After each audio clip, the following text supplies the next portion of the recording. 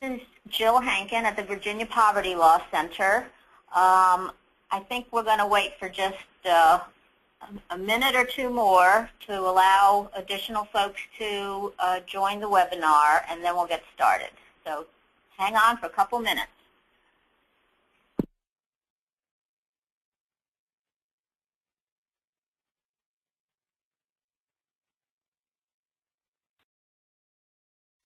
Again, good afternoon, everybody. This is Jill Hankin at the Poverty Law Center.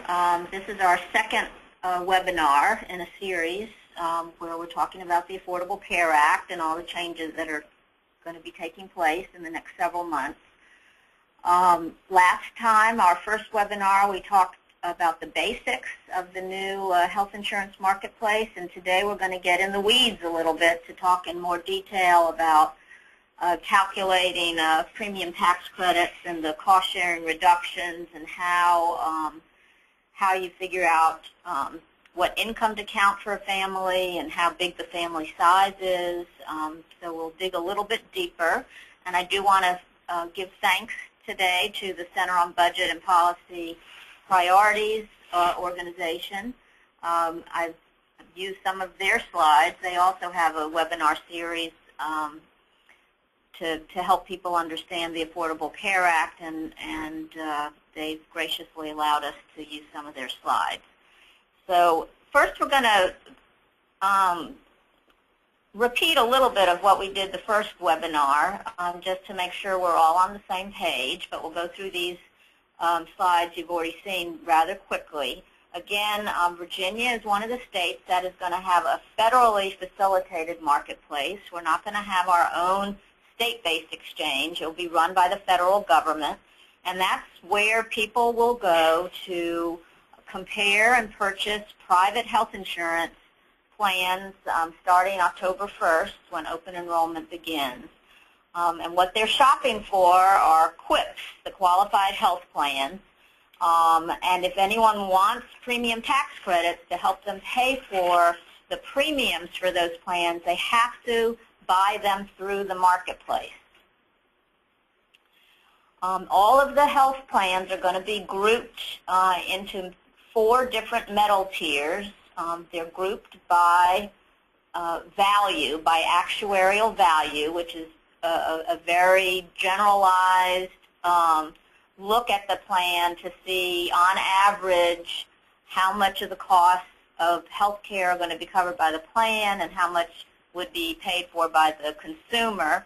The 4 tiers of coverage are bronze, silver, gold, and platinum, and there you can see the differences in the actuarial value of those 4 plans, with the bronze plan having lower premiums but higher out-of-pocket costs, and the platinum plan having high premiums with lower out-of-pocket costs. And there's also going to be catastrophic coverage for people under age 30, but those will have very high deductibles. And this is just another representation of the 4 metal tiers showing the amount that's on average going to be covered by the plan and the amount that would be covered by the enrollee in terms of cost sharing. But remember, the bronze plan has the lowest premiums. The platinum plans will have the highest premiums. Now, in order to get premium tax credits through the marketplace, the individual has to have income between 100% and 400% of the federal poverty line. Now, there is a little twist here for some legal immigrants who have income below the federal poverty line. If they can't get Medicaid because of their immigration rules and their immigration status, they could get into the exchange with tax credits even if their income is lower than 100% of poverty. So that might be someone who can't get Medicaid because of the 5-year bar that prevents people from getting Medicaid when immigrants first come to the United States. And here's the chart that shows the range of incomes for different family sizes, and I've just shown you 1 through 4 family size, but of course it goes for bigger families as well. But that's the range. That's the range of incomes for people who can get premium tax credits through the marketplace. Now, folks who have income above 400% of poverty can still go to the marketplace and shop and buy their health insurance there, but they will not be eligible for any premium tax credits. Some other rules that apply to people seeking the premium tax credits is that they have to be either U.S. citizens or immigrants legally residing in the United States, and they can't have any other health insurance that's considered minimum essential coverage. So folks who currently have Medicaid, currently have Medicare, or children currently on FAMUS, they can't get premium tax credits through the marketplace. And the other requirement is that the individual cannot have access to affordable employer-based coverage. And we talked about this a lot at our last webinar, but just as a reminder, the employer-based coverage is considered not affordable if the cost of the employee-only plan is more than 9.5% of family income, or if the actuarial value of that plan is under 60%. And as we discussed last time, the employer is going to have to be involved in filling out some information to document this type of information so the individual can proceed with seeking the tax credits for QIPs on the marketplace because there isn't affordable employer coverage. So the tax credits reduce the cost of premiums, and it's really a financial assistance that's provided through the IRS. It's all going to be administered through the IRS, through our tax returns. That's how tax credits are ordinarily figured out, and that's how this is going to work as well. And when people apply, they're going to be asked to estimate what their expected income is going to be for the next year. So people applying in October are going to be asked, what do you think your income is going to be in 2014?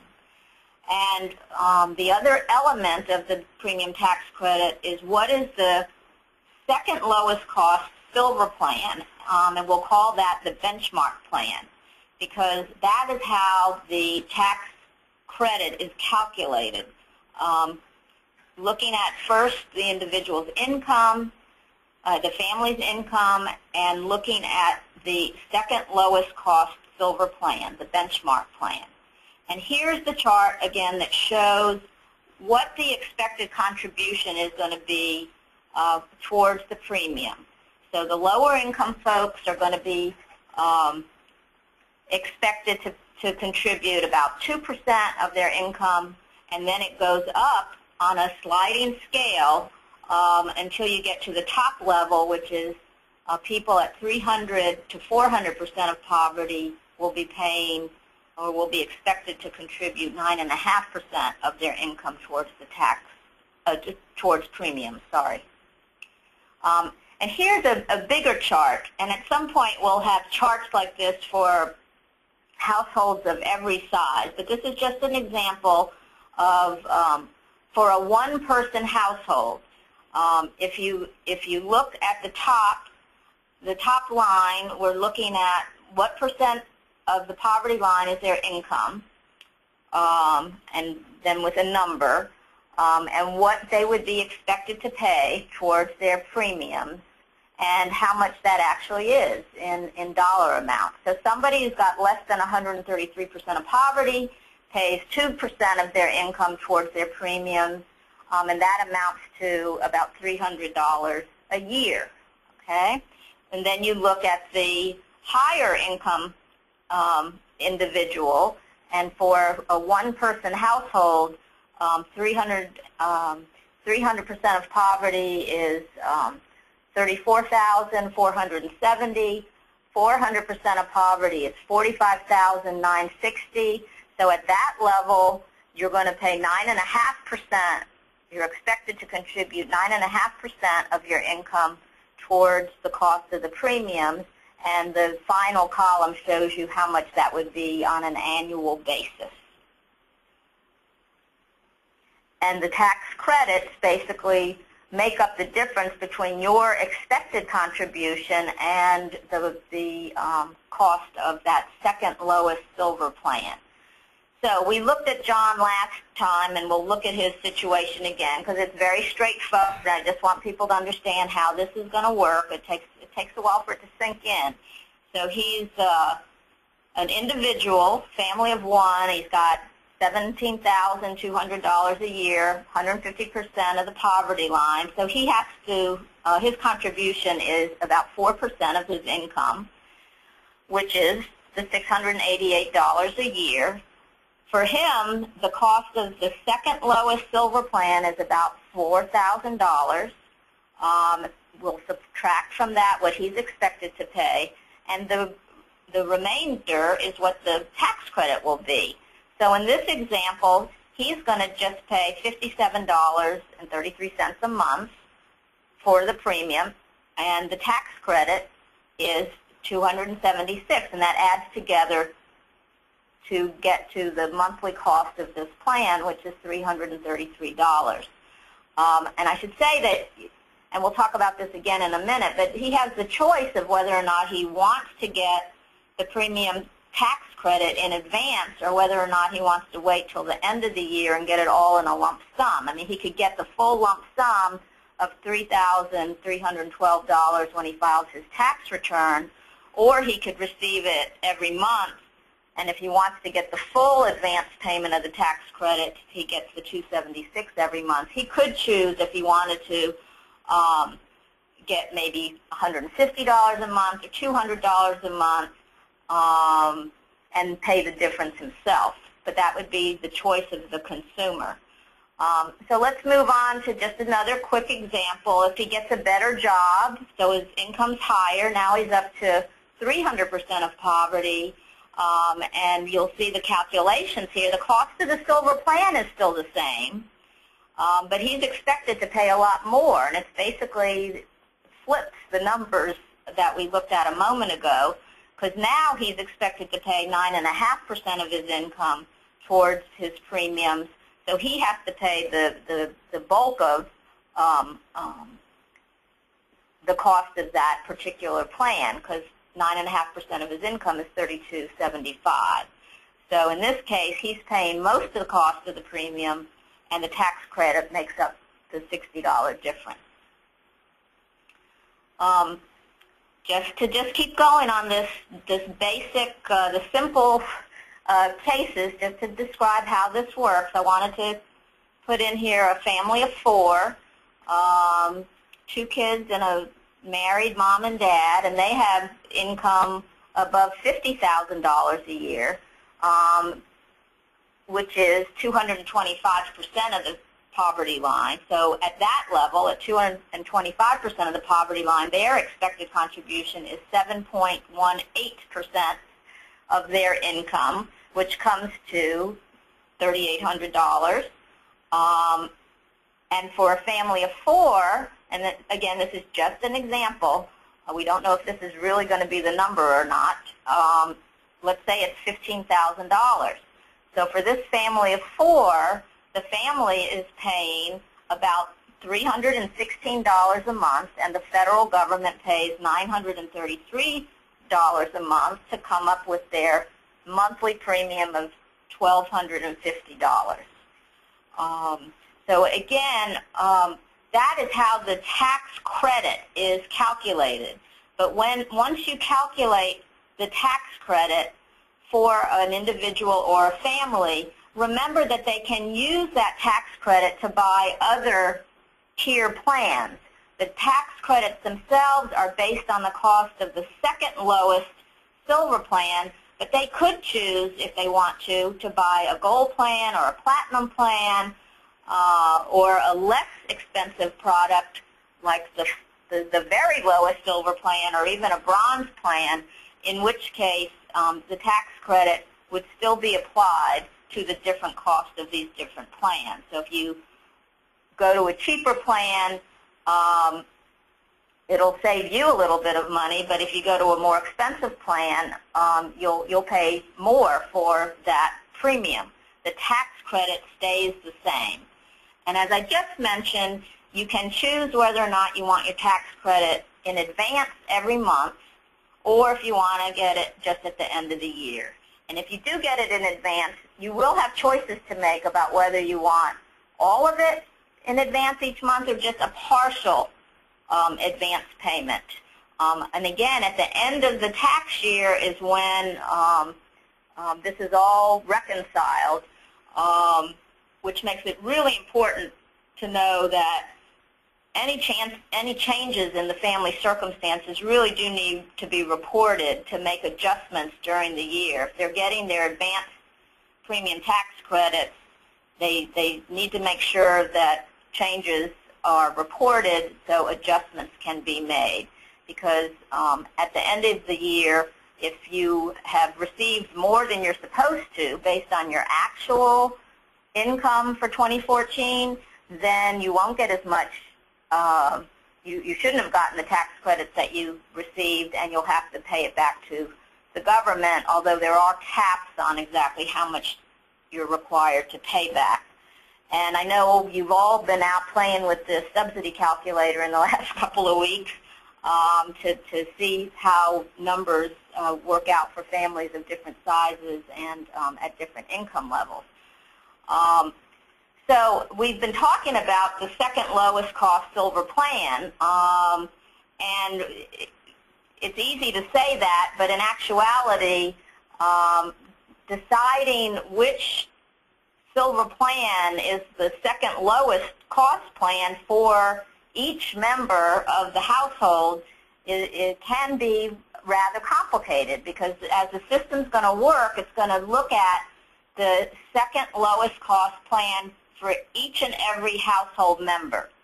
So, for example, if that family of four, if two of the children are on our FAMOUS program, then you're going to look to see what the second lowest cost silver plan is for just the mom and dad. And it could be that there's going to be a different lowest cost silver plan for different members of the family. You know, what if one of the kids is away at college? Then the second lowest cost plan for the college student may be a very different plan. Last time we talked about how some of the plans are not going to be offered in every part of Virginia. So if that student is in a place where only fewer plans are offered, there may be a different second lowest silver plan for that college student. Also, there can be households where there are other dependents who, for one reason or another, may not be able to get the same plan as the other household members. So remember that the benchmark, that second lowest silver plan, affects the amount of the tax credit, but not the expected contribution. The contribution is based on the family's income, but the tax credit will look at the cost of the second lowest silver plan.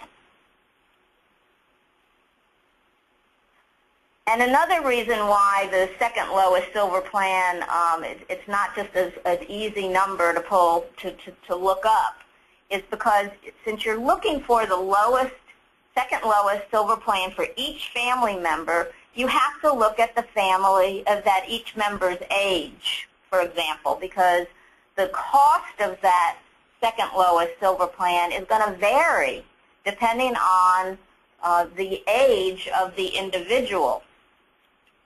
Each family member is going to be rated separately, and I'll show you in a minute just the variations on a theme. The Affordable Care Act allows a 3-to-1 variation comparing someone at age 21 to folks at different, to higher ages. And then, depending on your family size, you're going to add all those premiums together. There's a special rule that says if there are more than 3 children under age 21, you just count those 3 oldest children, and not the rest of them. And there are also going to be variations, as I just mentioned, depending on where the person lives. So there may be people in Fairfax and people in Lynchburg who have the same family size, same income, but they're going to have different premiums because the geographic rating is going to be different. And if the family has children of different ages, parents of different ages, those numbers are going to be different too. So just something to keep in mind, that the second lowest silver plan is not going to be a single number. And again, all these ratings that will affect the cost of the premium, they affect the benchmark and the cost for the tax credits, but not the expected contribution. That stays fixed. So let's look at, well, first this shows you about the different age ratings. You'll see that people between ages 21 and 24 are at the 1 rating factor. But as the ages go up, the cost of the policies can be increased.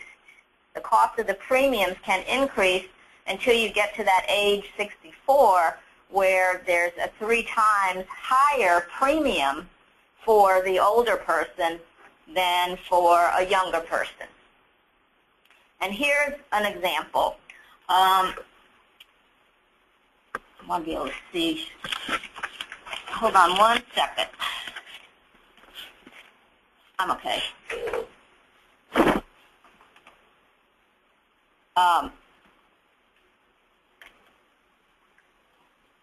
Okay.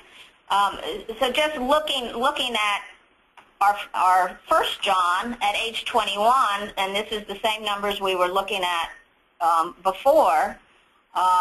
The cost of his second lowest silver plan was $4,000, and he had was expecting to get a federal tax credit of $725. But look at this other John that we found, who has the same exact income. The main difference is that he's 64 years old. So his income being the same, he has the exact same expected contribution as younger John. But when you look at his second lowest silver plan, for this 64-year-old man, the cost of his plan is 3 times higher than the younger John. So while he still has the same expected contribution of about $3,200, he's entitled to a very large federal tax credit to make up the difference. So what this slide is illustrating is that the expected contribution remains the same because it's based on your income. But your tax credit may vary quite a bit depending on the cost of the second lowest silver plan, which will vary depending on your age and where you live. And just in terms of that geography variation, this is how Virginia's been grouped together into 12 metropolitan statistical areas, and those are the geographic areas that are also going to be utilized for the actual premiums for Virginia's health plans. And here's another variation. I mean, we already talked about how the premiums can vary depending on the person's age and geographic location. Well, tobacco use can make a big difference in the cost of the premium. And in this way, well, people who use tobacco actually have to pay the higher cost themselves. It's not going to be folded into the tax credit as it was for the 2 Johns we just looked at. Neither one of them smokes. So what is tobacco use? Well, the federal law defines tobacco use as an average use of using tobacco 4 times a week within the past 6 months, and it includes all kinds of tobacco products. Now, for tobacco users, there is actually a 50% increase that's allowed, which is huge. It's not added into the tax credit; it's out of pocket. So, for example, that $4,000 plan that younger John was able to get, if he's a smoker, if he uses tobacco, it becomes a $6,000 plan, and he has to pay the extra $2,000 a year because he's a smoker. Now, some plans may not be this strict, may not go to the fullest extent that they're allowed to under the law to increase the premiums, and some of them may also give some forgiveness in costs when the consumer agrees to participate in smoking cessation. But that's going to be up to the individual plan. So just beware that for people you work with who are tobacco users, the cost of their premiums can be quite higher.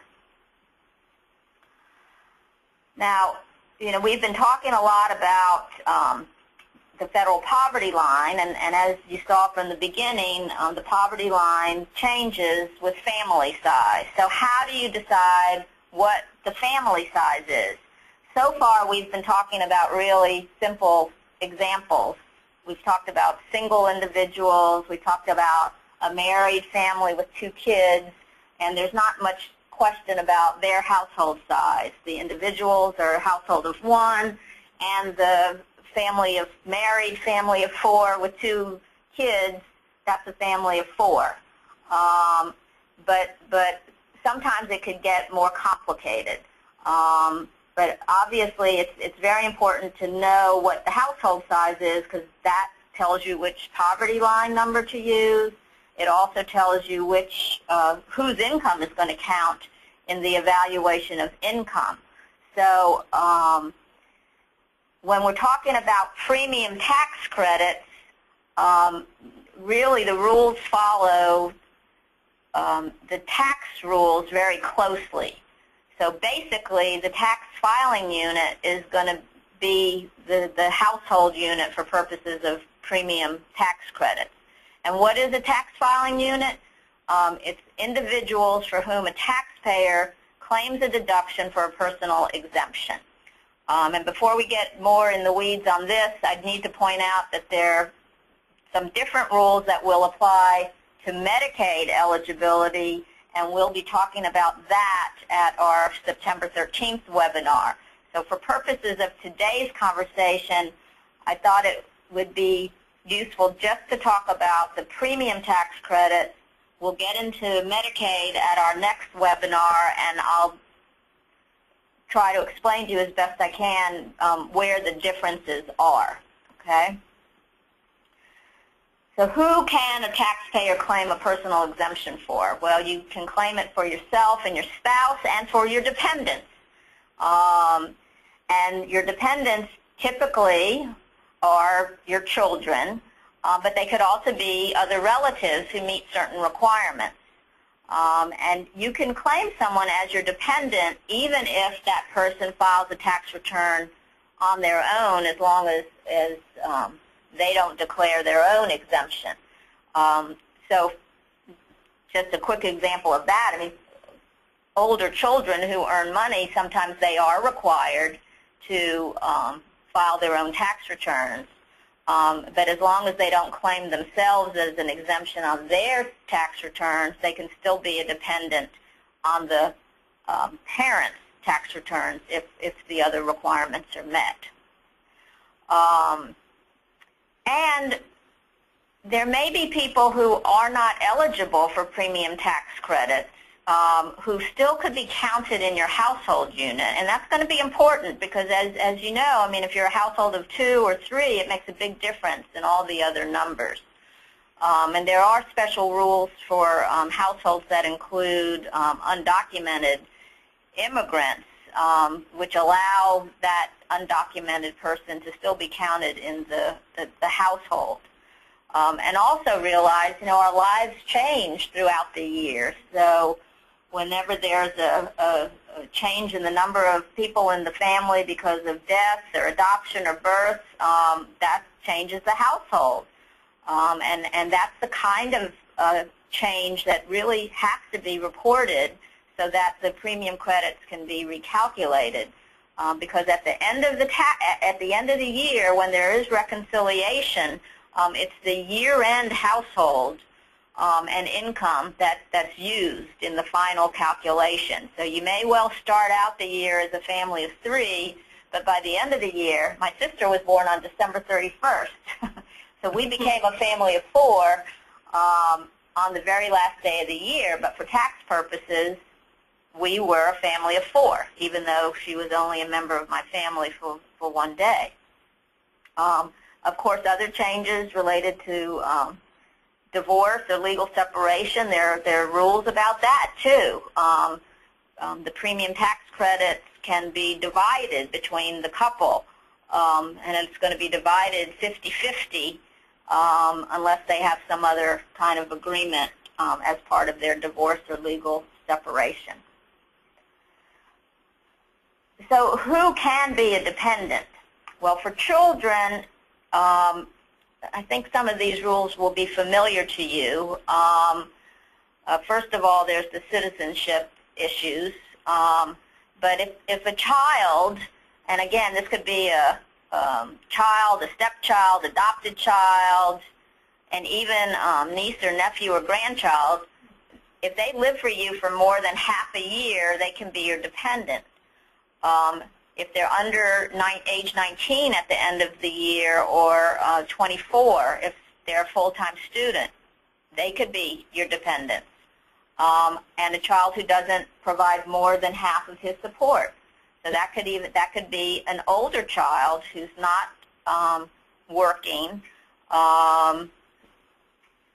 who's not providing half of his own support, can still remain your tax dependent. Okay, this is all tax rules that we're talking about here. And besides your children, there are other individuals who can be your dependents, and that's where you're providing more than 50% of that person's support. They can be related to you, and you're providing 50% of their support. They can be your dependent. Or if they are not related to you, if they live in your home all year, so even if you're just being a nice person and taking care of, a friend who lives with you for the entire year and they make less than $3,900, they can be your dependent. And if they're your dependent, then they can be in your household for purposes of the premium tax credit. So remember, we're applying tax principles here to decide who is in your household. So a couple of examples. Here is a mom and her son. They live together, and the mom filed her taxes as a single individual because the non-custodial father claims the son as his dependent. So if they are seeking premium tax credits, the mom is going to be a household of 1. Even though she's got a child living with her, that child is the dependent of the non-custodial parent. So the child, in terms of household size, is going to be in a household of 2 with his dad, and the dad would be a household of 2 with his son. And we talked previously about a married couple with 2 kids. Now here's a non-married couple who are both parents of the same children, but they are not, because they're not married, they can't file jointly, so they're going to be filing separately. They all live together, and the parents have income, but for taxes, the dad is claiming the kids as his dependents, and the mother files on her own. So for purposes of premium tax credit, even though they look like a family of 4, they're only going to be looked at as a family of 3, and Jen is actually a family of 1, and it's her income that's going to count in her calculation of premium tax credit. And then the dad's income is going to count for the calculation of premium tax credits for himself and the 2 children. So that's in the weeds about household size. Now we're going to talk a little in the weeds about the premium tax credits. And once again, a reminder that the income rules is what we're going to be talking about, and the Medicaid rules are different in many respects, so we'll deal with that the next time. So for today, we're just talking about income, what income counts for premium tax credit. And actually, for premium tax credit, since you're almost entirely using tax rules, it's a little more straightforward than Medicaid. But we'll talk about the Medicaid stuff next time.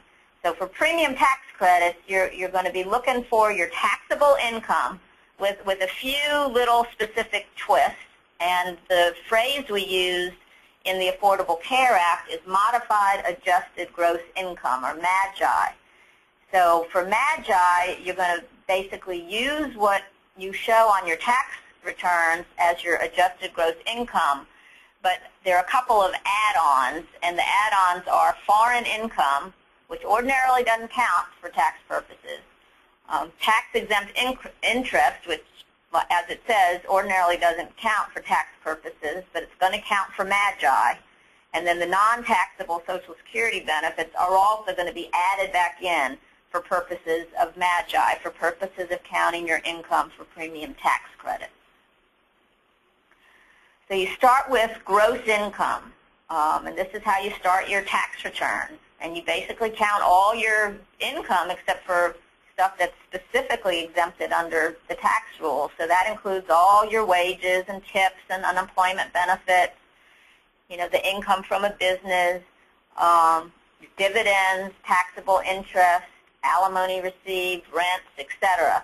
And again, there's that special rule for MAGI that all Social Security benefits actually count. In the tax code, a lot of your Social Security is not taxable unless you have other income that pushes you over certain levels. But that was changed for purposes of the Affordable Care Act. Actually, it was changed after the act was first adopted because Congress realized if Social Security was exempted, as it mostly is for regular tax purposes, a whole lot of people would suddenly qualify for Medicaid. And they didn't want that to happen, so they modified that part of the Affordable Care Act so that Social Security benefits do count as income for purposes of calculating your premium tax credit.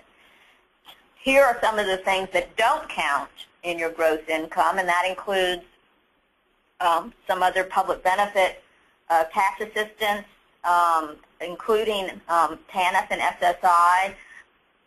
Child support you received is not taxable income on your side of the ledger. And then look at the salary deferrals. A lot of folks who work do set aside money in their 401k plans or their cafeteria plans, and that is not taxable. So that's one of the things that comes out of the equation for premium tax credits too. And some people defer thousands of dollars a year into these employer plans, so it can make a big, big difference in where they fall in the poverty line. So again, we're applying tax principles here to figure out income for premium tax credit. And then on the tax form, once you figure out your gross income, then you adjust your gross income by taking certain subtractions. And some of these things will sound familiar to you, moving expenses, certain interest on student loans, IRA contributions. Again, that kind of thing could take thousands of dollars out of the equation, but that's also the way it's going to be done for premium tax credits. So then you get your adjusted gross income, and to turn it into MAGI, modified adjusted gross income, and this is exactly the same as the previous slide. You take your adjusted gross income and add back in the foreign income, you add back in any tax-exempt interest, and you add back in the non-taxable Social Security benefits, so you're basically counting all your Social Security benefits. And another twist here for MAGI is that you're going to look at the sum of all the MAGI for all the people in your household who are required to file a tax return. So if you have a child or a dependent who is not earning or doesn't get more than this $5,950 a year, they are not required to file a tax return, so their income will not be counted in the calculation, even though they are still members of your household.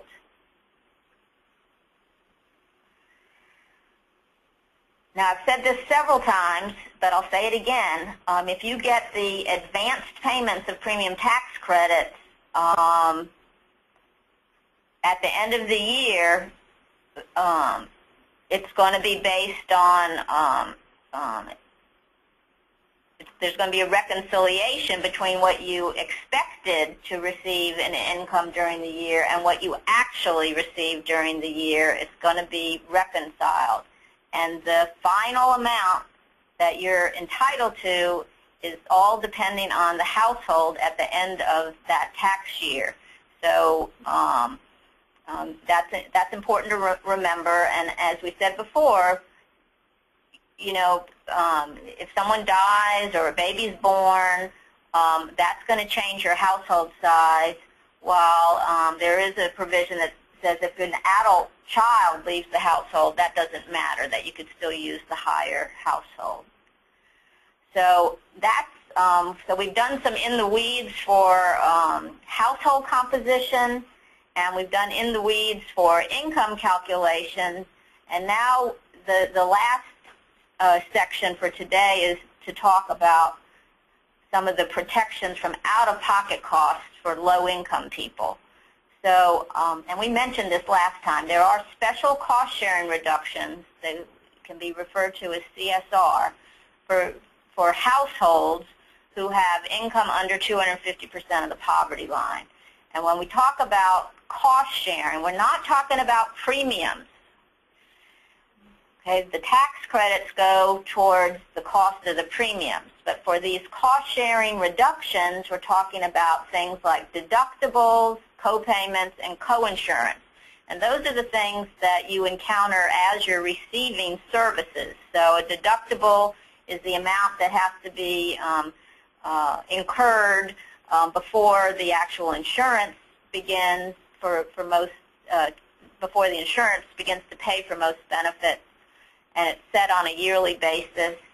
Co-payments are the amounts out of pocket when you actually go to the doctor, and the co-insurance is just a different kind of co-payment that requires you to pay a percentage of the cost of a service that you get. And here's another thing to remember. The plans are going to have lots of different variations on cost sharing. You'll see plans that are in the same metal tier. You'll see a 60% actuarial value plan, but one will have a whole different kind of cost sharing than another. So families are going to have to look real carefully at the plan's details to decide which plan suits them the best. Now, this cost sharing reduction will only apply, and it really is very important to remember that it's only available to people under 250% of the poverty line who purchase a silver plan. If you end up buying a gold or platinum, this doesn't apply to you. If you buy a bronze plan, it doesn't apply to you. Only if you buy a silver plan do you get the cost-sharing reduction. And it's quite significant what this protection does, because it increases the actuarial value of a silver plan, which is usually a 70% actuarial value. It increases it, if you're at the lowest end of the income scale, to 94% of actuarial value. If you're between 150 and 200, it raises the value to 87%. And if you're between 2 and 250% of the poverty line, the actuarial value goes up to 73%. So the next slide is going to just be an example, and it's not real. It's not based on the actual numbers we know yet. Oh, let's see. Here we go. Okay, let me just get this whole chart up, and we'll talk about it. So again, this is just an example, but just to give you an idea of what happens if you qualify for the cost-sharing reduction.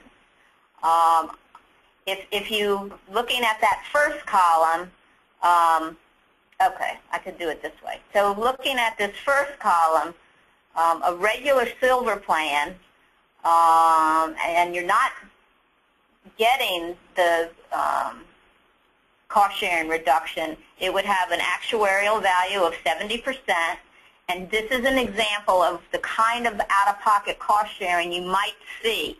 So the deductible would be $2,000, maximum out-of-pocket expense of $5,500.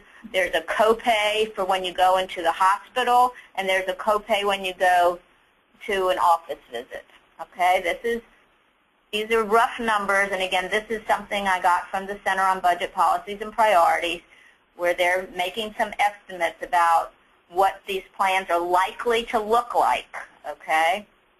And also remember, this is nothing to do with premiums. Okay, you've already paid your premium. You've already gotten your tax credit to help you pay for your premium. Now you've got health insurance, but there still are these costs when you have your health insurance as you get services.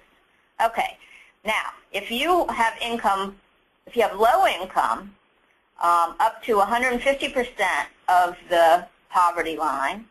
And these numbers, the 17,000 is for an individual. That's what 150% of the poverty line is. You get the full cost-sharing reduction. So that changes the actuarial value of the plan from 70% actuarial value to a very high 94% actuarial value, which is even better than a platinum plan. Okay? And that changes your out-of-pocket cost-sharing requirements significantly. Okay, it could eliminate the deductible, reduce the out-of-pocket max to just $1,000, reduces the cost of a hospital admission and an office visit. So this is, suddenly, this silver plan looks much more affordable, because it is. It is much more affordable for someone at that lower income as they receive their health services. Now, if they're higher income, up to 200% of the poverty line, the actuarial value will still increase from the regular 70% amount. It goes to 87%. So here you'll see some cost-sharing protections, but not as much as the lower income person received.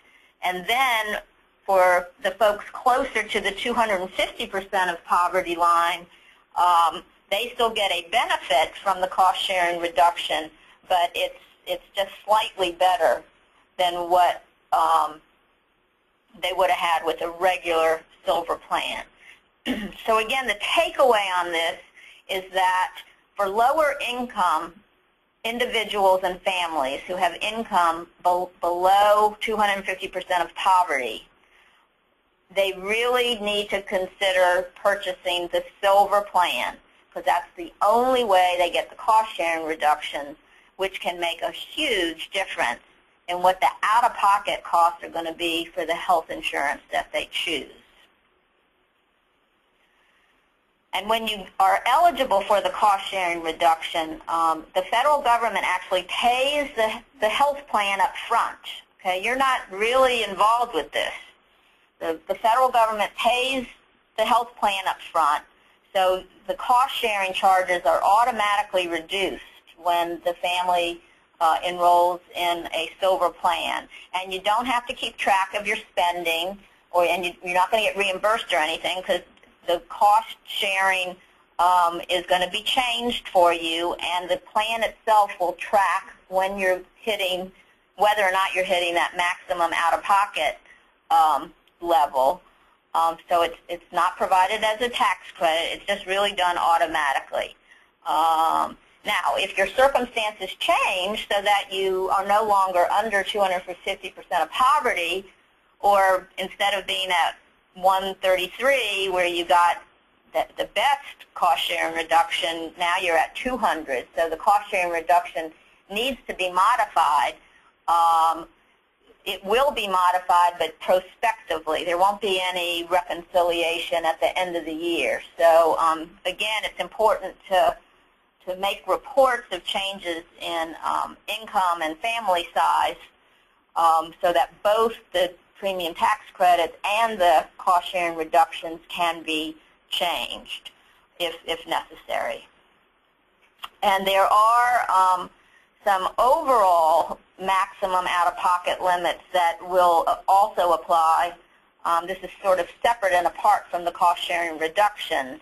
This would be for people who buy plans in other metal levels.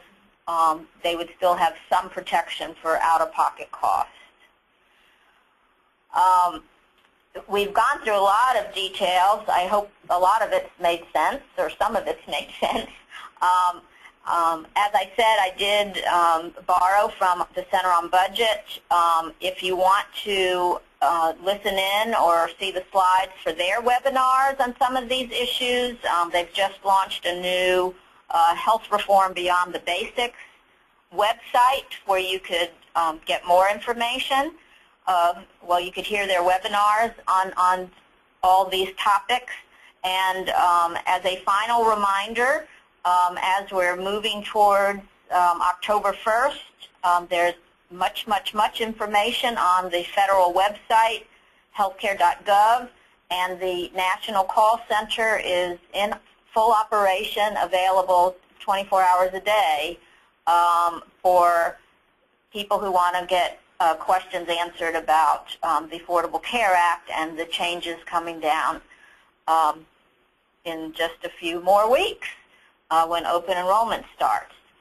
So with that, I will thank you for being part of this, and we'll be taking questions online.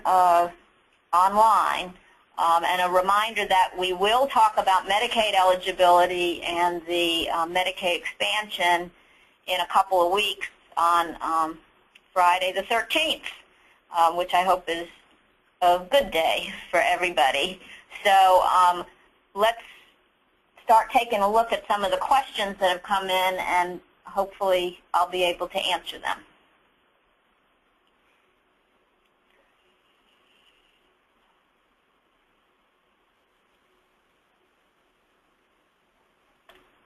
Okay, we're pulling up some questions. Okay, let's go down. Okay, the first question, will the presentation be available for download after the webinar? Yes, we're recording this webinar. It's going to be available on our website along with the first webinar that we did. And when it's there, Danielle will send out a reminder about where to find it. The next question is, tobacco use just self-reported? I'm not sure I know the answer to that. I'm pretty sure that that's where you start, is the self-reported use. I will have to get back to you on that. I don't know how else, other than self-reporting, people will be able to answer those questions.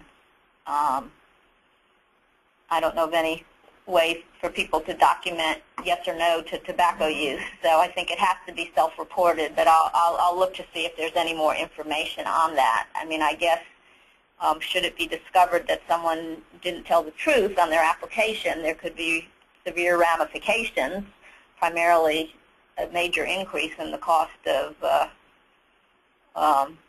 premiums. So if someone says they don't smoke and then ends up with lung cancer, I guess a plan might take a closer look. Considering the dependents, does the person have to meet all 4 criteria or just one of them? For the children, it was really just one of them. For the other dependents, for the non-children dependents, it was the different criteria had to be met. After you get past the citizenship question, then the other ones have to be met. Next question. Current federal health reform includes coverage up to age 26 for dependents, regardless of student status.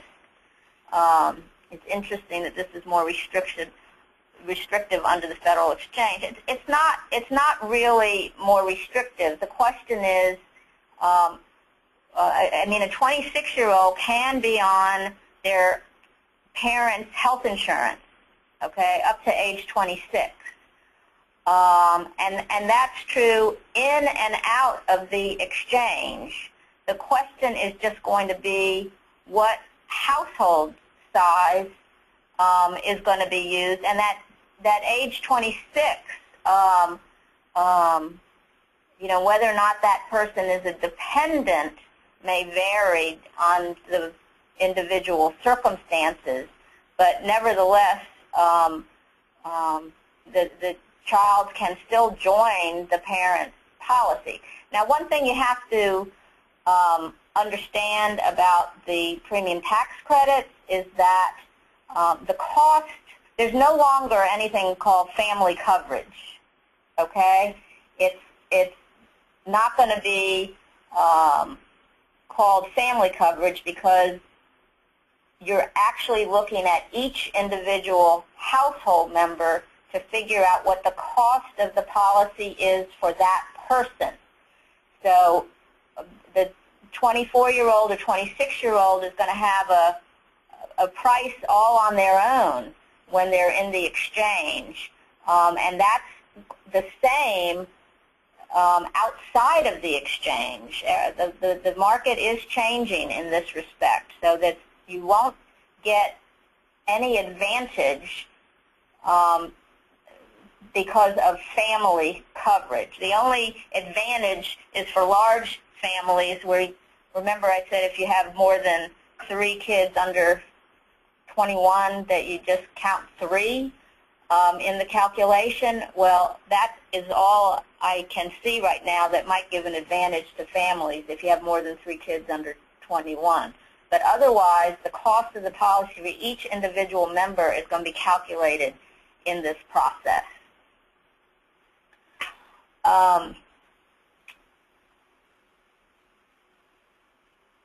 Another question about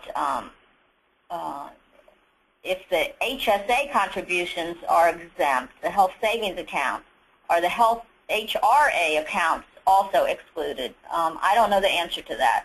I'm sorry. Do the co-payments count towards out-of-pocket maximums? The answer to that is yes. Co-pays, deductibles, and co-insurance are all counted as part of the out-of-pocket maximum. Next question.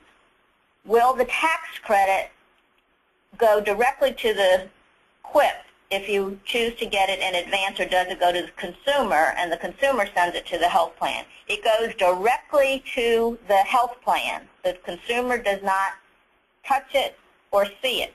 They just know that their premium is X dollars and the federal government will pay the health plan directly the tax credit if they choose to get it in advance. Next question. When will the rates for Virginia's insurance plans be announced? Well, we're all waiting to see the actual numbers. My understanding is that the 15 plans, well, the 9 companies that have been certified by the Virginia Bureau of Insurance to sell plans in the marketplace, all that's been sent up to the federal government, and I believe they have a little bit more time before the federal government certifies those plans. And I think once that federal certification takes place, we'll have access to some more details.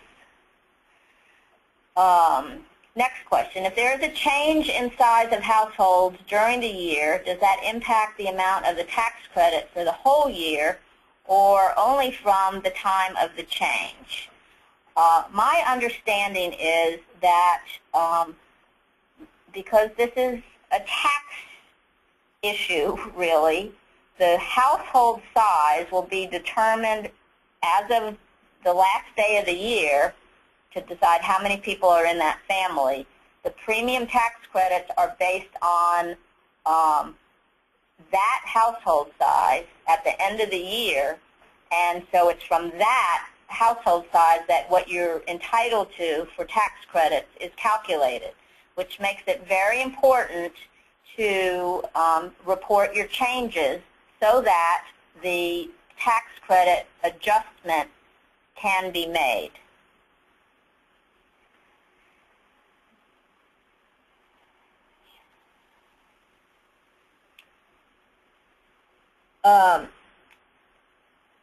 There's a question asking me to explain more in depth the dependent requirement that the individual be a U.S. citizen or resident of the United States, Canada, or Mexico.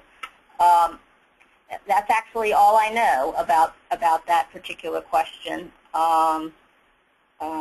in terms of who can be a dependent.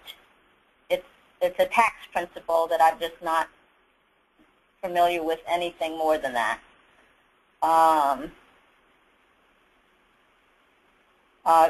Here's a question that reminds us about the gap in Virginia if there's no Medicaid expansion. What happens to folks between 138% of poverty if we should adopt an exchange? Okay, so people at 100% of poverty can go into the exchange and get tax credits. Now, if they're eligible for Medicaid, they're not eligible for premium tax credits. So, for example, let's say Virginia does adopt a Medicaid expansion in July of 2014, then the folks who are in the exchange and receiving tax credits, at that point, they would need to be shifted away from the exchange and into our Medicaid program. So there would be an adjustment at that point because they then are eligible for minimum essential coverage through the Medicaid program. Question, should the household size and income changes be reported to the plan or to the IRS? You actually report it to the marketplace. You report it to the federal marketplace through the website or the 1-800 number because that's where the changes are going to be made. People will have an account number when they apply for their premium tax credits, and any changes in circumstances can be reported that way. Next question. If a U.S. citizen receives free preventive or primary care from county or municipal health care funded centers, are the health exchange plans set up to jive with these health care services in terms of figuring out premiums, tax credits, and out-of-pocket expenses? Well, the health plans are all required to contract with, I think the phrase is essential care providers, which would include these health clinics. So they have to include the health clinics in their provider networks. So that will be coordinated. So people who have a plan that has certain cost sharing, right now, I don't know exactly how different it's going to be, because I know the health plans currently do charge people based on their incomes. So there will be cost sharing required by the health insurance plan, and I'm sure the health clinics are going to want to receive the insurance reimbursement, so they will abide by those rules in terms of cost sharing. Next question. If the employer must provide affordable insurance in 2014, but the rates for 2013 are not affordable, then how will the marketplace know that the employer does or does not provide affordable insurance for the October 1 enrollment, since the 2014 rates are unknown now? Well, that's a good question, and that does relate to that eligibility factor that you can't get tax credits unless you don't have access to affordable employer-based coverage. I think this is all going to boil down to the information that's provided by the employers, and I think that they will be, if they don't know for sure, they're going to be making a guesstimate about what kind of cost there's going to be for their employees and what kind of actual health plan it's going to be. Because, remember, a lot of the employers are all making plans soon for what they're going to be doing in their next plan year. So, and depending on how their plan year runs, I know our insurance at my work runs from July to June, so we already know what our costs are going to be for at least the first part of 2014. And if things change dramatically next July, then that might make a difference for our own eligibility for tax credits. Next question. At reconciliation, when a person owes for overpayment of tax credits and they have no money to pay it back, then what? How does this affect the tax credit applied for the new plan year? Well, remember that all this is just handled as part of your tax returns, okay? If you owe the IRS money at the end of the year, they have their ways of getting paid. And likewise, if the IRS owes you money at the end of the tax year, you get a refund. So this will be no different than any other tax overpayment or underpayment. But do remember that there are some caps. If a refund is due, there are some caps that do protect lower income people more than higher income people. Next question. If an employer goes into the exchange, if an employee goes into the exchange and then in 2014 the employer offers affordable coverage, are they required to come out of the exchange? The answer to that is yes.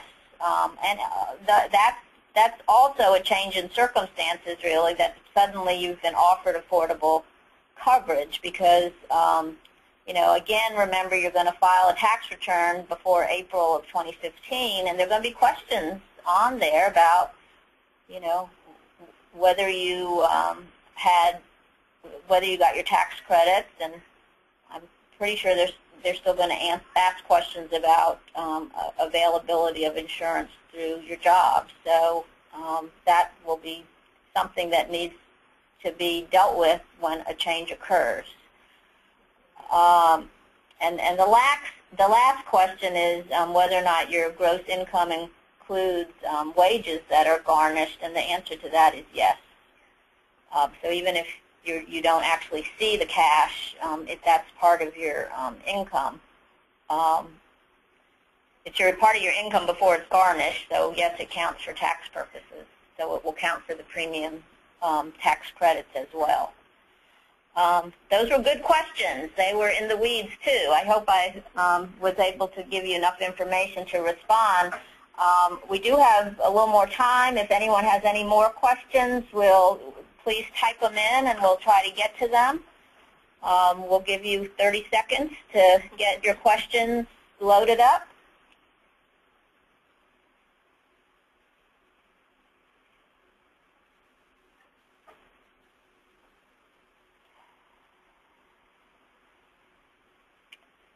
Okay, everyone understands every piece of this. That's terrific. And again, remember that what we were talking about today really had to do with the tax credits and the cost-sharing reductions in the exchange. So, you know, income and household size for the premium tax credits are slightly different than they are for Medicaid, and we'll talk about that the next time. A new question just came in, will the SHOP exchange begin this January? Yes, and it's also, the SHOP exchange is the exchange for small businesses, and open enrollment for the SHOP exchange also starts in October. So small businesses with fewer than 50 employees can start shopping for insurance for their employees beginning in October, and the coverage begins in January. So, okay, everybody, with that, we'll, whoops, another question. How will it be determined if an employee becomes eligible for an affordable plan offered by the employer if they are in the exchange? Related to that question that I attempted to answer just a minute ago, well, the employee is going to know that their employer has just offered them something different. So at that point, you know, there needs to be an evaluation of whether or not it's coverage that precludes their participation in the marketplace. Okay, if they have affordable health insurance offered through their job, then that's what they're supposed to take.